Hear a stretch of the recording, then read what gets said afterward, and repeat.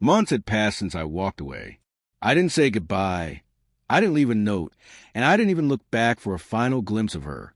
The woman I once loved, the woman I had married, had broken me in a way I couldn't even begin to comprehend. The day I discovered her affair, I left, and I never looked back.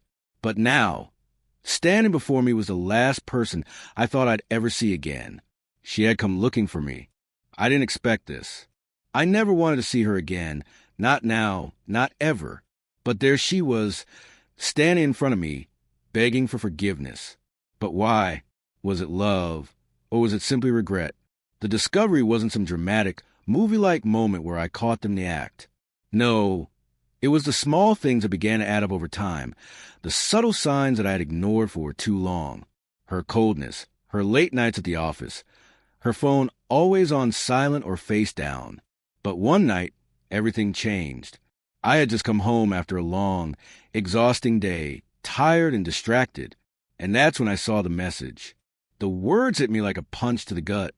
I felt the weight of them settle into my chest, choking the air from my lungs. I didn't need to read it again to know what it meant. In that instant, everything I thought I knew about my marriage, about her, about us, was shattered. I didn't confront her. I didn't scream. I didn't demand answers. I just left. There was nothing left to say. When someone betrays you like that, it's no longer about understanding. It's about accepting that they've made their choice.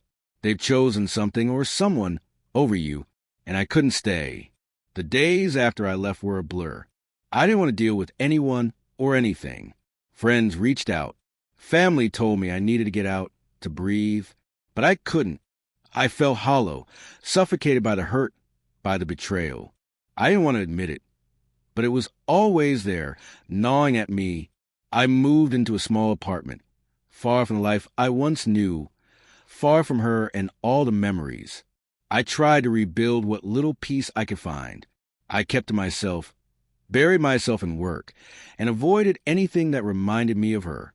But the nights, those were the hardest. The silence was deafening. Every empty space in my apartment mirrored the void she had left behind.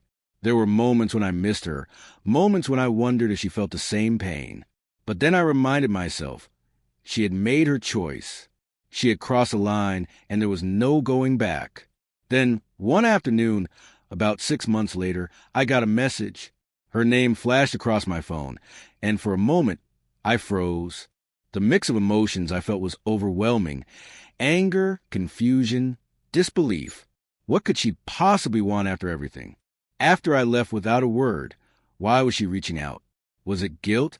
Regret? I debated for a long time before deciding to respond. Part of me wanted to ignore her, block her from my life completely.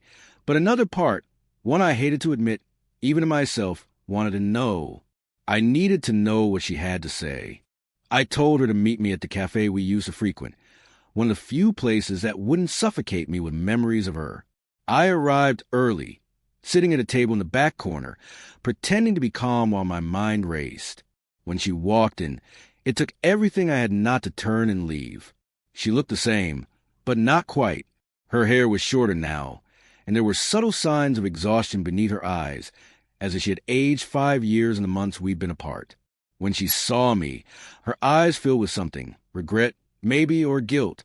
She sat down, staring at her hands, her voice barely a whisper. "Thank you for meeting me," she said. I didn't say anything. I just stared at her. I had spent months imagining what I would say if I ever saw her again. But now, sitting across from her, I couldn't find the words. The hurt was still there, raw and unhealed. She spoke again, her voice trembling. "I've missed you. I know what I did was wrong, and I regret everything." I wanted to believe her. I wanted to believe that the woman sitting across from me, so vulnerable and broken, was the same one I had once loved. But the truth was, she wasn't. She wasn't the same person, and she never would be again. "I never meant for it to happen," she said, her eyes glistening with unshed tears. "I thought I could handle it, that I could keep both of you in my life. But when I lost you, when you left, I realized how much you meant to me. I swallowed hard, my heart pounding. This wasn't the apology I had imagined. It wasn't enough. Words couldn't fix what she had broken. I needed more than just regret. I needed the truth. What is this? I asked, my voice steady but cold. Is this about wanting me back? Or is this about realizing you lost your safety net? Her face fell, and for the first time, I saw the truth in her eyes.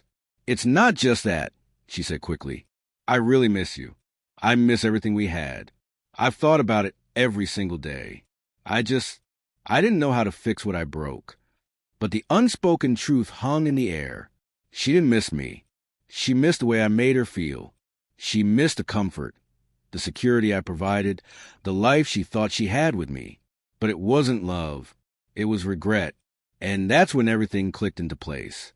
She hadn't come back because she couldn't live without me. She came back because her backup plan had failed. Her new life hadn't turned out the way she hoped, and now she wanted to make sure I was still an option. I stood up, feeling the weight of the realization settle over me. The clarity was overwhelming. I couldn't go back. Not now, not ever. I think you should go, I said. She didn't argue. She didn't try to convince me otherwise. She just nodded, her face a mask of disappointment and regret, and she left. I stayed behind, watching her walk away. The weight of the moment was heavier than anything I had felt in months. But as I walked away from the cafe, a strange sense of peace washed over me. I had done the right thing.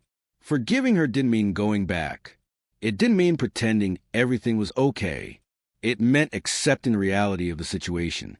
And I realized if she truly loved me, she would have never risked losing me in the first place. If you're waiting for someone to realize what they lost, stop. If they ever come back, just remember, they don't miss you. They miss the way you made them feel. And that's not love. That's regret.